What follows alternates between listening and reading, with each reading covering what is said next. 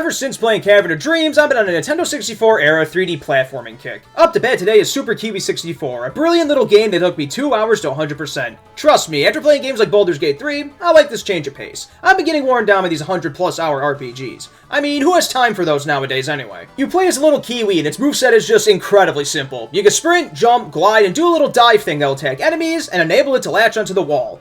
That's it. No, seriously, that's it. The moveset is limited, but it's also great. It's so fast and perfect for what this game is going for. There are a couple of wrinkles. For example, Kiwi moves slower in the water and it can't latch onto walls with his lounge attack when submerged. There are 8 levels in the main game and the objective is to collect all jewels. Some of the jewels will just be out and about, but some other ones will require Kiwi to complete a specific task. One of the jewels will require the player to collect all the golden gears in the level, while another one will require the player to go through all 5 golden rings. Another common jewel condition is breaking objects around the map. This sounds simple, and I mean, it is, but re-entering a level after beating it the first time, this is where things start to get fun. There will be a timer at the bottom of the screen, as well as a target time. If the player can get all the jewels before the timer runs out, they'll get a golden timer. Doing these is like crack, man. The moveset is just so perfect for going fast. To give you an idea, most times are around the 1 to 2 minute range. Just letting it rip around the level, figuring out routing and getting everything quickly is such a delight and where this game truly shines. There are only 8 levels in the main game, but at least the music and environment changes and some introduce new gimmicks. The first 2 are a lush jungle-like area. The third level is a desert-like area where the player can raise lava. Although I feel like this is pointless though, you can beat the level without doing it. The 4th level keeps the desert theme, but it'll have the player scale a giant building. It has conveyors, moving platforms, and the like. Level 5 is where things pick up a bit. Kiwi will have to manipulate the level by hitting these crystal things. These will change water levels, open and close doors. You know, things like that. Kiwi will also have to collect keys to open doors. Level 6 is the player going upward.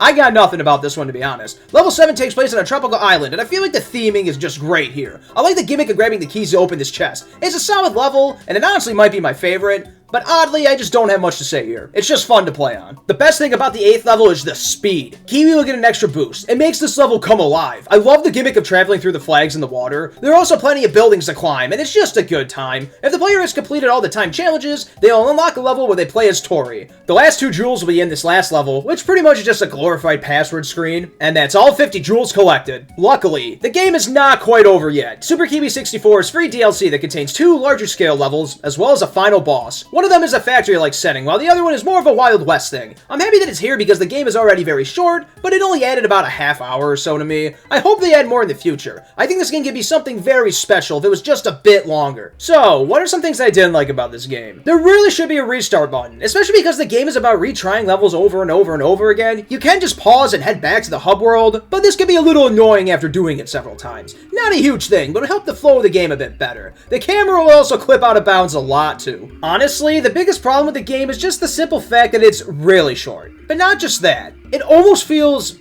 unrealized is the word, I think. It starts to pick up about halfway through, but by that point, you're pretty much at the end already. I've seen some describe this as a demo, and I kind of agree. Listen, it might be hard to complain about this because of one main thing. It's only $3. That makes it hard to say stuff like, good foundation, but it's too short. I don't know if I'm just easy to please or something, but I don't really miss those $3. This is pretty much what I expected out of a $3 game. A bite-sized 3D platformer that is quick and snappy. To be fair, I've actually seen the opposite opinion too, though. Some people are saying it's good that it's short. It's a feature. They don't have time to get into bigger games anymore. It really goes to show that perspective means a lot. I really don't have too much to bitch about here. Each level is fun. Moving Kiwi around is fun. The story is goofy and fun. The presentation is beautifully reminiscent of the Nintendo 64 era. There are also a lot of cute little Easter eggs, like how if you enter a specific password, you can become the dog dude. I'm totally blanking on his name right now. There is also a little Nintendo 64 cartridge in the area with the last jewel, a nice callback to Banjo-Kazooie.